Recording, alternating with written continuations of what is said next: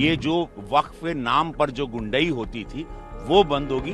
जो पॉइंट्स रखे गए विपक्ष के सदस्य द्वारा कमेटी में, तो वो नहीं माने गए हैं। किसी का कोई छूटा नहीं है, किसी का डिसेंट नोट को अलग नहीं रखा गया है, सब शेड्यूल में है।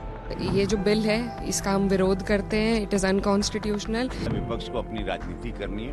मुस्लिम समुदाय के लिए बहुत अच्छा संदेश है कि अब उनकी जिंदगी आसान हो जाएगी। जो उनके साथ जो अत्याचार होता था कि कभी भी नुओं की जमीनों पर नोटिस आ जाती थी, अब वो सारे मुसलमान समुदाय के लिए ये आज का दिन ही बहुत खुशखबरी है कि अब उनका हक कोई उनसे छीनेगा नहीं। अब कोई गुंडागर्दी उनके साथ नहीं होगी। ये जो वक्फ नाम पर जो गुंडई होती थी वो बंद होगी। तो मुस्लिम समुदाय के लिए बहुत ही अच्छा दिन है।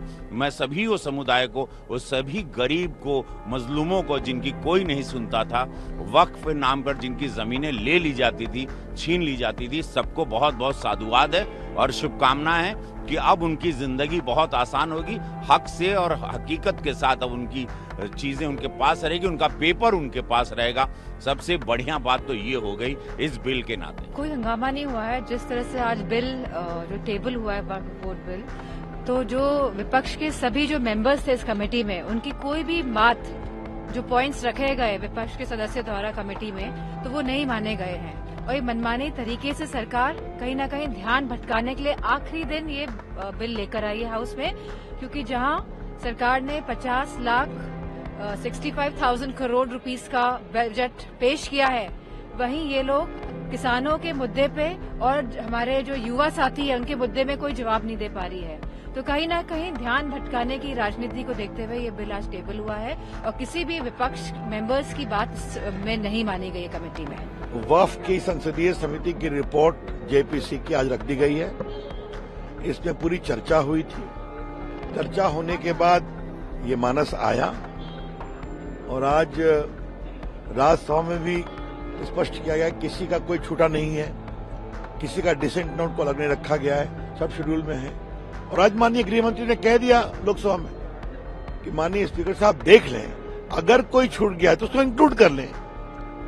लेकिन बड़ी बात यह है कि ये लोग तुष्टीकरण पर इनकी सुई अटकी हुई है। क्या शाहबानो, क्या 3 तलाक सहराबानो और आज वक्फ, ये सिमट कर कहां रह गए देख लीजिए। आज भाजपा 21 स्टेट्स में इंडिया के साथ शासन करती है। केंद्र में हमारी सरकार तीसरी बार है। वो बार बार हारते हैं, जनता सफाया करती है। तो ये बिल अब चर्चा में आएगा, अपनी बात कहें। लेकिन विपक्ष के लोगों को एक बात मैं बहुत विनम्रता से कहना चाहूंगा, आपको अपनी बात कहने का अधिकार है, आपकी बात मानी ही जाए ये तो जरूरी नहीं है ना। अगर आपको अपनी बात मनवानी है, जनता से वोट लेके आइए, मेजोरिटी में आ जाइए। जिस तरीके से सारी कार्रवाई कमेटी की हुई, उसमें भी पार्शलिटी की गई, उसमें इंडिपेंडेंट तरीके से सारे जो भी इनपुट्स थे उनको इंक्लूड नहीं किया गया।